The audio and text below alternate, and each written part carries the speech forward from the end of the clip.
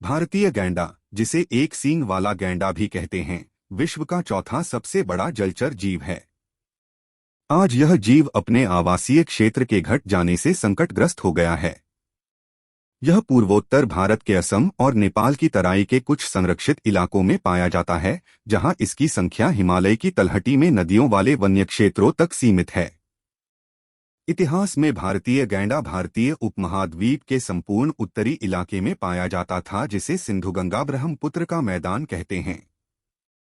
यह सिंधु गंगा तथा ब्रह्मपुत्र नदियों के मैदानी क्षेत्रों में पाकिस्तान से लेकर भारतीय बर्मा सरहद तक पाया जाता था और इसके आवासीय क्षेत्र में नेपाल, आज का बांग्लादेश और भूटान भी शामिल थे।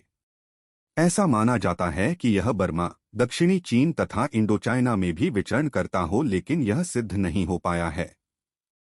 यह जाति सन 1600 तक उत्तर पश्चिमी भारत और पाकिस्तान में आसानी से देखी जा सकती थी, लेकिन इसके तुरंत बाद इस इलाके से विलुप्त हो गई।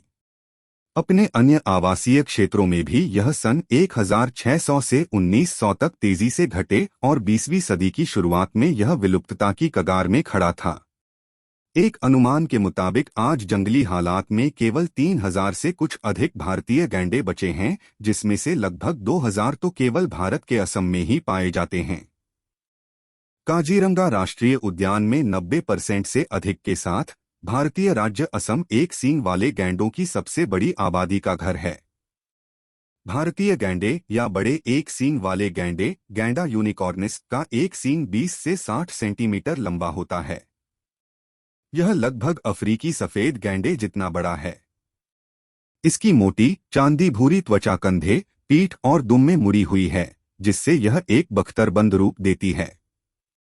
इसके ऊपरी पैर और कंधे मस्से जैसे धक्कों से ढके होते हैं और इसके शरीर पर बहुत कम बाल होते हैं। विकसित नर जंगली में मादाओं से बड़े होते हैं, जिनका वजन 2-500, 3-200 किग्रा, 5-500, 7-100 पाउंड से होता है। कंधे की ऊंचाई 1.75, 2.0 मीटर, 5.7, 6.6 फीट है। महिलाओं का वजन लगभग 1900 किलोग्राम, 4200 पाउंड और 3 से 4 मीटर, 9.8, 13 फीट लंबा होता है। रिकॉर्ड आकार का नमूना लगभग 4000 किलोग्राम, 8800 पाउंड था। भारतीय गैंडे कभी पाकिस्तान से लेकर म्यांमार और शायद चीन के कुछ हिस्सों तक के कई इलाकों में रहते थे।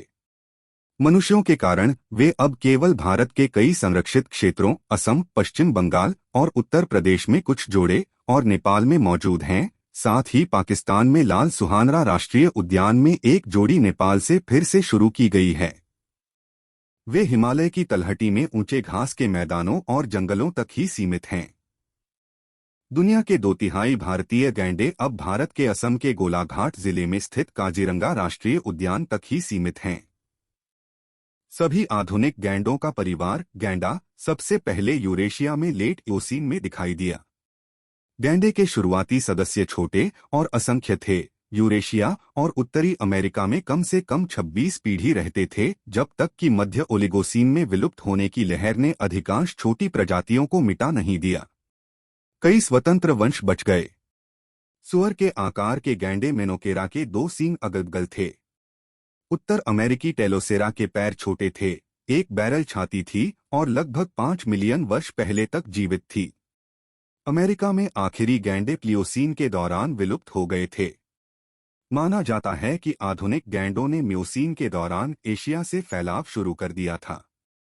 मौजूदा प्रजातियों के साथ गैंडों की 4 अतिरिक्त प्रजातियां अंतिम हिमंद काल में जीवित रहीं। ऊनी गैंडे कोलोडोंटा एंटिकिटैटिस, एलास्मोथेरियम सिबिरिकम और स्टेफानोरिनस की 2 प्रजातियां, मर्क का गैंडा स्टेफानोरहिनस किर्चबर्गेंसिस और नैरोनोसेरोस स्टेनोसेरोस किर्चबर्गेंसिस।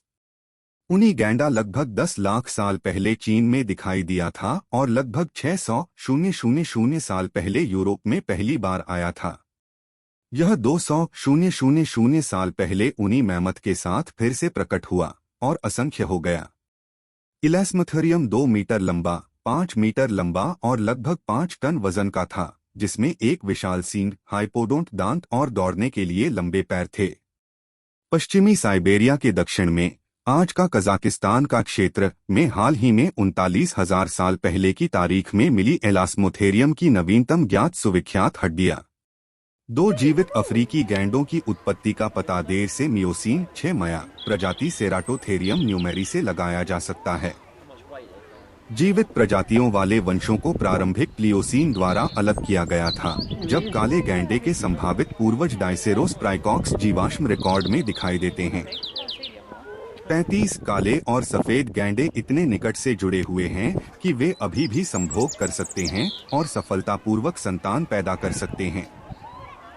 गैंडे के सींग चमड़े के नीचे के ऊतकों से विकसित होते हैं और केराटिनस खनिजयुक्त डिब्बों से बने होते हैं।